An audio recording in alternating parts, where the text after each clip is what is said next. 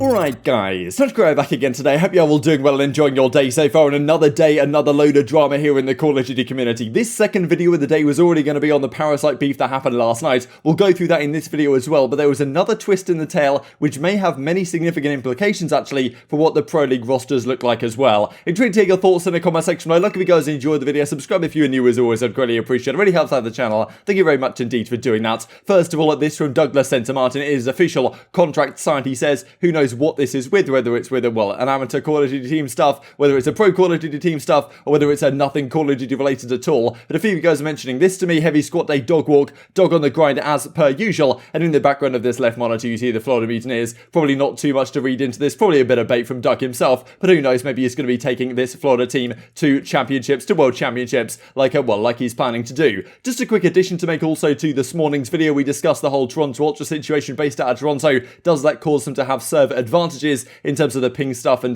these couple of discussions Marky B was having on the timeline as well. I'm sure we'll touch on that in more detail maybe tomorrow. But as Spinner Spence says over at League Ops, just to clarify a couple of things, there aren't server vetoes this year. The league assigns servers based on players' average pings, because last year I'm pretty sure they vetoed servers in certain regions. This time around that is not the case. They simply assign a good server for the matchup based on the pings. So wanted to make that quick correction, and let's get on to exactly what happened yesterday. So Parasite tweets this out last night. Fire Gintroid Parasite ? So Zaptia supposedly stepping out for personal reasons, I believe Chrome went on to explain on the timelines. I hope all's well with Zaptius, and as well Insight says in reply, I'm sure whoever it is melts. So it seems like Mac melts coming into this team. That is at least the going rumors. It does kind of get confirmed as we can look in a couple of minutes. But okay, that was a discussion, right? So Mac seems to be coming in here alongside Parasite. Another change happening just before the Elite qualifiers close, or the roster change period for that closes in advance of the coming days where all that stuff is going on the challenger side. So it seemed like, okay, there was some drama with exactly what was going on with the roster right here, but Mac coming in, that of course means something for the New York Subliners starting team, with Hydra supposedly coming in for Mac. And then there was a discussion about Sid for DiamondCon potentially as the second change on that lineup. And Parasite goes on to explain breakdowns over scrims, because apparently there was some drama going on where,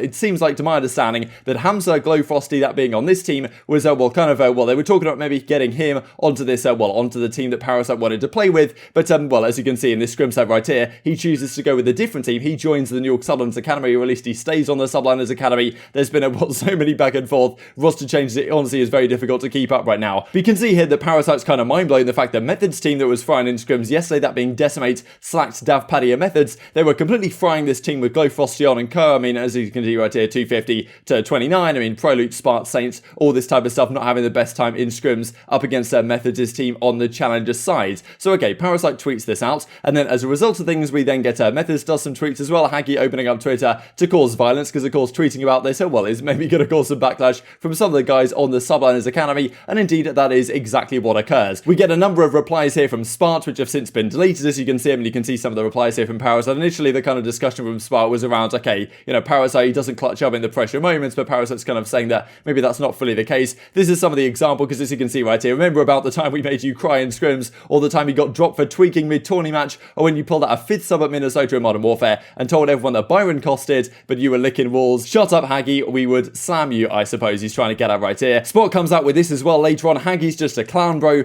Tired of that guy, like he thinks he's the Yamseen Pope or something. Guy waddles when he walks, doesn't run anything. And then, Parasite then comes out and says, hang on a second, lads, taking personal shots over Cov beef, not worth it. What are we really doing here?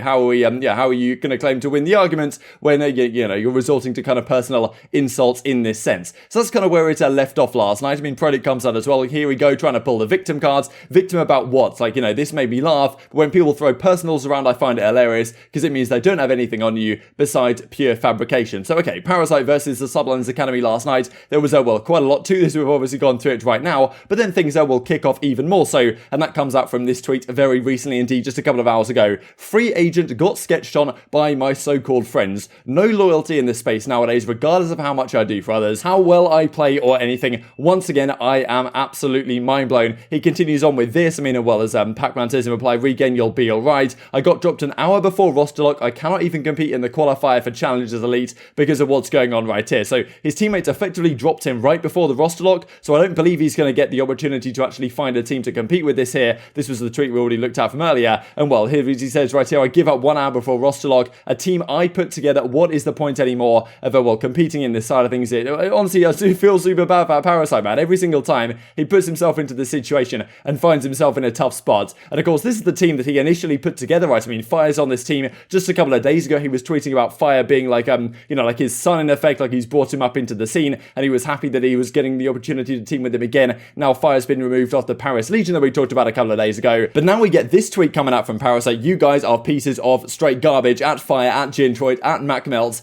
at Sib. So, well, this is the team that is now being formed in, well, on this Wester team effectively, which is super strange to see what it was at the start of the season and now what it is. But Parasite has, well, clearly been removed off this team. Fire, Gintroid, Mac, plus Parasite was the team we were looking at last night. Now Sib is in this team instead, and it seems like they've made this last minute roster change ahead of the Challengers Elite, and Parasite has found himself in a very tough spot indeed, and clearly not happy with the whole situation. Fire comes out and deletes this tweet and he says, people making it seem like the decision was all on me. You guys want me to be in the same boat right before roster lock as Parasite, right? Like kind of saying, you know, if you know, at the end of the day, am I going to drop Parasite or am I going to drop myself, right? You know, it's a difficult decision to make in that sense. You know, what do you want me to do, reasonably saying? And of course, this is the side of it which I'm sure you guys have noticed, the fact that Sib is now supposedly joining this team. Free agent got sketched on by my so-called friends. I mean, Parasite, you know, once again finds himself in a very tough spot. I do feel bad for him, but it seems like this is originating from the fact that Sib is maybe no longer going to the New York subliners. We talked about it. It was pretty heavily rumored. I believe it was certainly in discussion. The fact that, okay, Sib into the starting lineup of the subliners, in addition to Hydra coming off their bench. Sib, of course, on the FaZe bench right now. And then, okay, they were going to get rid of Mac. They were going to get rid of DiamondCon. Those two would come in addition to Clayster and Asim. Now, you can see on this team right here, this is over at the MLG site, Gintroid, Fire, Mackenzie, Melts, that being Mac, of course, and Sib on this squad. So Parasite's gone, Sib is in. Parasite gets sketched on last minute and is very frustrated about it, understandably so. And Sib taking his spot, what does that mean? Does it mean that Sib isn't joining the subliners? That's probably what it means, right, if you want to look at it from that perspective. So not really sure why this was the case, not really sure why it fell through. Maybe we will find out in coming days exactly what is going on behind the scenes right now. But Parasite, as a result of all this, finds himself out of a team, and this may have many implications going forwards as well. So crazy stuff to see. I mean, Sib tweets this as well at Mac right here, and well, a reply GIF. So it does seem like these guys are teaming together with, well, kind of the thought process would be that maybe Mac would actually be going out and Sib would be going into the subliners starting roster. That does not seem to be the case right now, at least. Well, as of the present time, no announcement from New York as of yet as to exactly what is going on with their team, and I believe it's going to be tomorrow or maybe the day after where we get the announcement of what the groups are going to be, and then, well, not too long after that, of course, on April the 22nd on that Thursday, just a, well, a week today, that's when the CDL Stage 3 does kick off once again. I'm sure you guys have been, well, wondering about that if you haven't heard about that stuff already. A couple of interesting things to finish off the video then here with, because the Overwatch League has partnered with IBM Watson, one of their data center server products, I imagine, and something along those lines. You guys might be aware in a game like Counter-Strike, for example, there's these, well, they have algorithmically generated power rankings that they do, and this type of stuff, which is, well, been able to manage behind the scenes with no human interaction. And effectively, this seems to be what they're trying to do here with the OWL. For the upcoming season, they plan to create team power rankings and other league data for fans. So that's kind of interesting to see. We'll have to see, well, whether this, well, comes to the Call of Duty League as well, because usually when Activision gets some sort of partnership going on with, well, someone like IBM, for example, they're probably going to bring it not just to the OWL, maybe trial it there for a season, and then bring it to the CDL as well. So possible we could get some significant upgrades in what we can see from the fan perspective from, well, you know, in the coming seasons,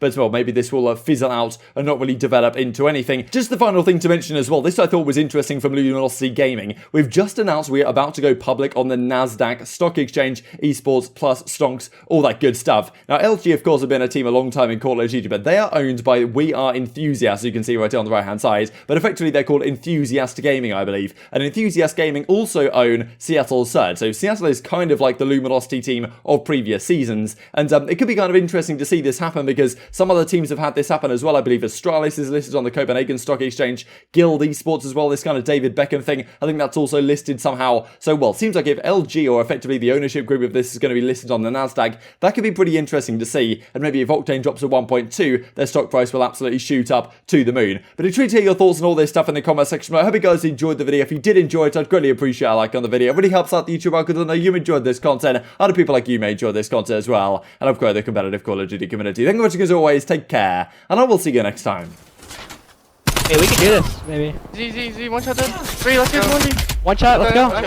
We actually can do this, let's go. We can do this, yeah. Jim, nice down. I'm holding AC. I'm holding AC in. Alright, I'm gonna get Zig then. Yeah. Alright, go to Jim, guys. Jim, last Jim in probably. I'm your Jim. Yeah, I have middle. Two gym. Weak. Really dead. Dude, you dead. Keep team shotting. Keep team shotting. Close on you. Half health, please. Half health. There's two. Ah. Alright, I have to hit this. You have streaks. I better streak it. Nice. Yeah, let's play next. Play next. Honestly, yes. I'm coming up. I'm gonna cut off you and hit this. I'm out of here, bro. I'm out of here. What a ping. Go Is on. anybody next, Jalen? I'm pinging. Revive on me open. Yo, one's One next. shot. What's the new in the hut? Dead. Nice. One's gonna be middle. One's front on me. I think. Or L, yeah. Nice. Nice. Back. We can do this to use your streaks. Let's We go can front. do Let's this. go Yeah, front. Tiki. You go fly. I'm about to shake, bro. Good. Shaking. Artillery targeting detected. Oh, there's 6 too. They're gonna 5. Kitchen now. Money. What's money? Money dead. Nice, that's 3. Excuse me, probably in the back. I'm gonna help you in the back. Are you? Look in front, I got front. Your kitchen. Are you? Come on, ILLey dead. Front, Kitchen. they're nading it. Irish front. Look at money. One They're front on me, Juju. Got one, staying down. Weak on you. One shot dead. Front, dead, that's 3. Last guy front. 4 down. I have 6 for now. Alright, take time. I have hard flash. We gotta use the streaks to break this next round. One spawn out behind you guys. Not dead. I'm in front. I have to go around. Can you do a You have run? another streak, Jalen? Yeah, I will. Kitchen. Yeah, close corner. Take your time. Dead. Take it up. Nice. You have another streak? I can streak. Yeah, streak it. Kitchen with me if you can. No, I spawned Zik. I'm streaking hill. Open. Push me, we're dead. And One more kitchen, outside kitchen. Shrink He's in kitchen. Well, probably kitchen money. Get down, just go in time. I streaked open. I'm gonna go pillars. I got one. Pillars dead.